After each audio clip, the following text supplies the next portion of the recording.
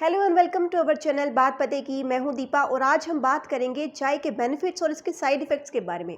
अब जो लोग चाय रेगुलरली पी रहे हैं वो डेफिनेटली चाय के बेनिफिट्स जानना चाहेंगे, लेकिन जो लोग चाय नहीं पीते वो डेफिनेटली चाय के साइड इफ़ेक्ट्स के बारे में भी जानते होंगे।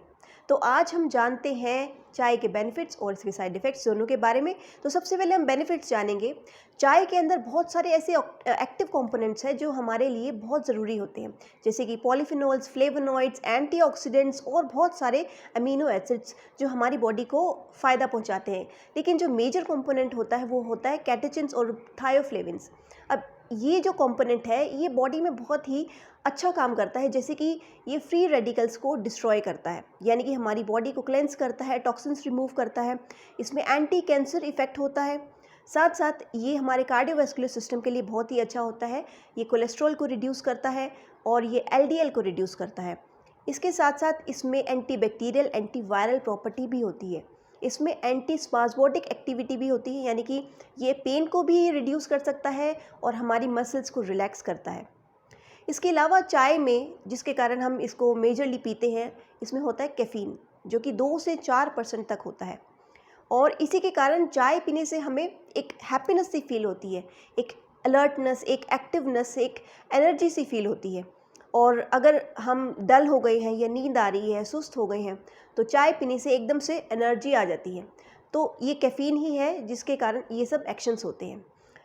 और इसके साथ साथ चाय जो है हमारी बॉडी में हीट जनरेट करती है, तो ये सर्दियों में बहुत ही बेनिफिशियल होती है, तो हमें ठंड से बचाती है। और अगर हमें सर्दी खांसी ज़ुकाम हो जाता है तो चाय के साथ साथ बाकी जो स्पाइसेस होती है, हर्ब्स होते हैं, जैसे कि पेपर हो गया या लौंग हो गई, इलायची हो गया, अदरक हो गया, ये सारा मिक्सचर अगर हम इस चाय को मिला के लेते हैं दिन में 3-4 बार, तो जो भी वायरल इन्फेक्शन हो जाता है वो बहुत ही जल्दी ख़त्म हो जाता है बिना एंटीबायोटिक के ही। इसके अलावा चाय में थियोफाइलिन होता है। ये थियोफाइलिन आज के टाइम में एक लाइसेंस मेडिसिन है, जो कि रेस्पिरेटरी प्रॉब्लम के लिए बहुत ही इफ़ेक्टिव है, जैसे कि एस्थमा। तो इस तरह से जो भी कंपोनेंट्स हैं ये चाय के अंदर हमें काफ़ी फ़ायदा पहुंचाते हैं। लेकिन प्रैक्टिकल ट्रूथ तो ये है कि चाय एक नशा है जो कि कैफ़ीन के कारण है। ये एक ऐसा नशा है जो बाकी ड्रग्स या एडिक्शन से कम नहीं है। चाय एक ऐसा नशा है जो एक बार लग जाता है तो छूटता ही नहीं है, और यहीं से इसके साइड इफ़ेक्ट शुरू होते हैं।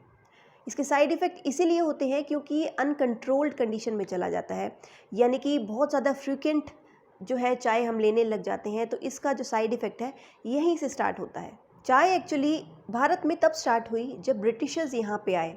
उन्होंने चाय को असम में देखा और फिर इसे कल्टीवेट करवाना शुरू कर दिया, और उसके बाद से आज तक चाय जो है रुक ही नहीं पा रही है, और हर घर में चाय जो है डेली रूटीन पार्ट बन चुकी है, एडिक्शन बन चुकी है हमारे देश में। लेकिन हमारे आयुर्वेदा में जो चाय होती थी, या कह सकते हैं मसाला टी होती थी, उसमें कभी भी कैफ़ीन एडेड नहीं था। वो लोग उसमें स्पाइसेस ऐड करते थे जो हमारे हेल्थ के लिए काम करती थी, जैसे कि दालचीनी, काली मिर्च, अदरक, लौंग, इलायची, इस तरह के हर्ब्स यूज़ करते थे। अगर आपको डाइजेस्टिव प्रॉब्लम है तो उसमें अदरक और काली मिर्च डाल दी, अगर आपको मूड एनहांस करना है तो उसमें इलायची डाल दी। तो इस तरह से हमारी बॉडी की रिक्वायरमेंट के अकॉर्डिंग जो है हर्ब्स यूज़ हुआ करते थे। चाय पीने से बॉडी एक्टिवेटेड फील लगती है, लेकिन जैसे ही हम चाय लेते हैं हमारे स्टमक में जाते ही वो एसिड ज़्यादा प्रोड्यूस करती है।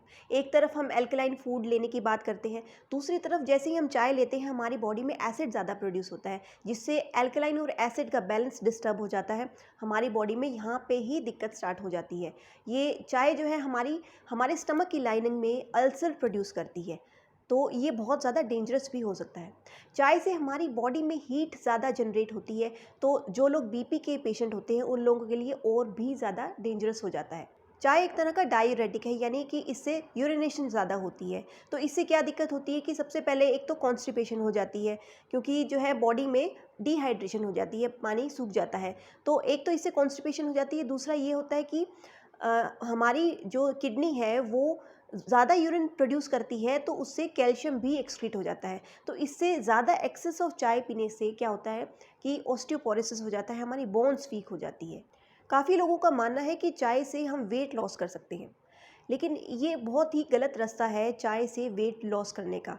चाय से क्या होता है कि हमारी एपेटाइट लॉस हो जाती है, यानी कि हमारी भूख मर जाती है। इसका कारण ये है कि हमारा स्टमक अपसेट हो जाता है चाय पीने से, तो इसके कारण हमें भूख ही नहीं लगती। लेकिन क्या ये सही तरीका है वेट लॉस करने का?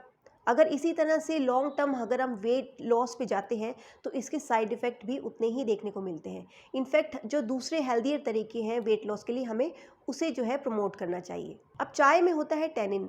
ये टैनिन क्या करता है, हमारे फूड में आयरन के साथ इंटरेक्ट करता है और फिर आयरन को हमारी बॉडी में एब्जॉर्ब ही नहीं होने देता। तो इससे क्या होता है, एनीमिया की प्रॉब्लम भी हो जाती है। जो लोग ऑलरेडी एनीमिक है उन लोगों के लिए चाय और भी दिक्कत कर सकती है अगर वो चाय जो है खाने के तुरंत बाद लेते हैं।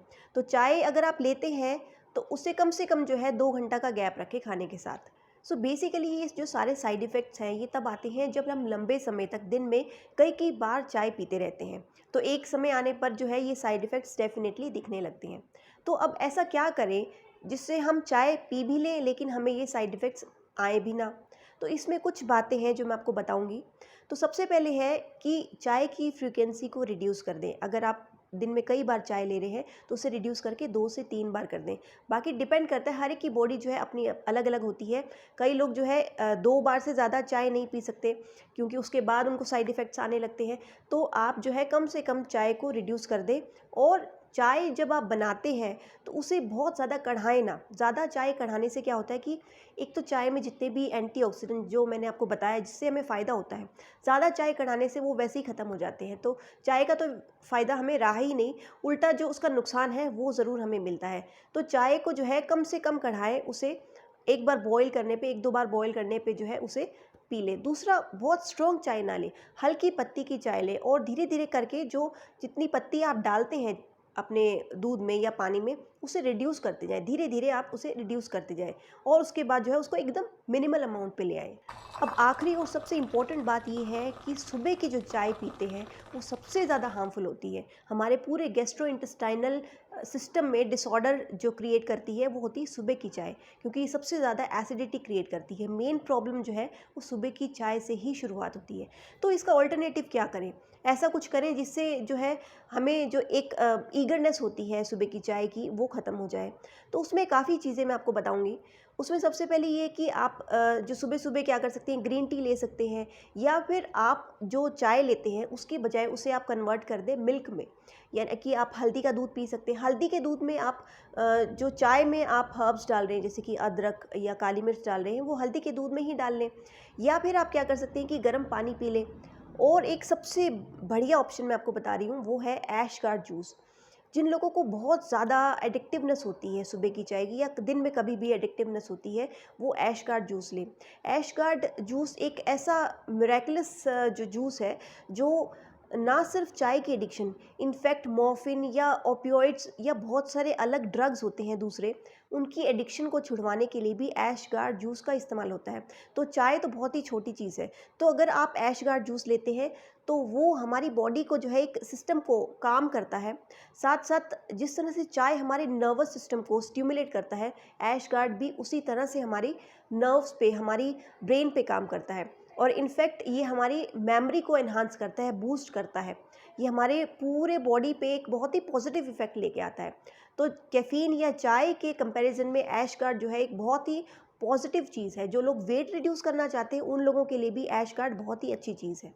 इसके साथ साथ क्या कर सकते हैं कि आप चैलेंज दे सकते हैं अपने आप को ही। लाइक आप 21 डेज़ का चैलेंज ले सकते हैं, जैसे कि मैंने भी किया था। मैंने 21 डेज़ का चैलेंज लिया था जिसके अंदर मैंने पूरा दिन में जो है सुबह के टाइम बिल्कुल भी जो है चाय नहीं ली, ना ही ब्रेकफास्ट के बाद, ना ही सुबह उठ के। और शुरू के दिन जैसे कि 3 से 5 दिन तो मुझे दिक्कत हुई थी, मुझे इनफैक्ट काफ़ी एनर्जी कम लग रही थी अपने आप में। लेकिन जैसे-जैसे दिन बीतते गए मुझे अपने आप में एक बहुत ही पॉजिटिव एनर्जी फ़ील हुई। इनफैक्ट मुझे एक सेंस ऑफ फ्रीडम आने लगा कि पहले सुबह उठ के मुझे लगता था कि मुझे कुछ तो चाहिए, जैसे कि चाय या हल्की पत्ती की मुझे कुछ तो चाय की ज़रूरत होती थी। लेकिन धीरे-धीरे जो है ये आदत जैसे-जैसे छूटने लगी तो एक बहुत पॉजिटिव एनर्जी फ़ील होने लगी। एक डिटर्मिनेशन के साथ अगर आप भी ये ट्राई करेंगे तो डेफ़िनेटली आपको भी बहुत ही पॉजिटिव और गुड रिज़ल्ट इसका मिलने वाला है।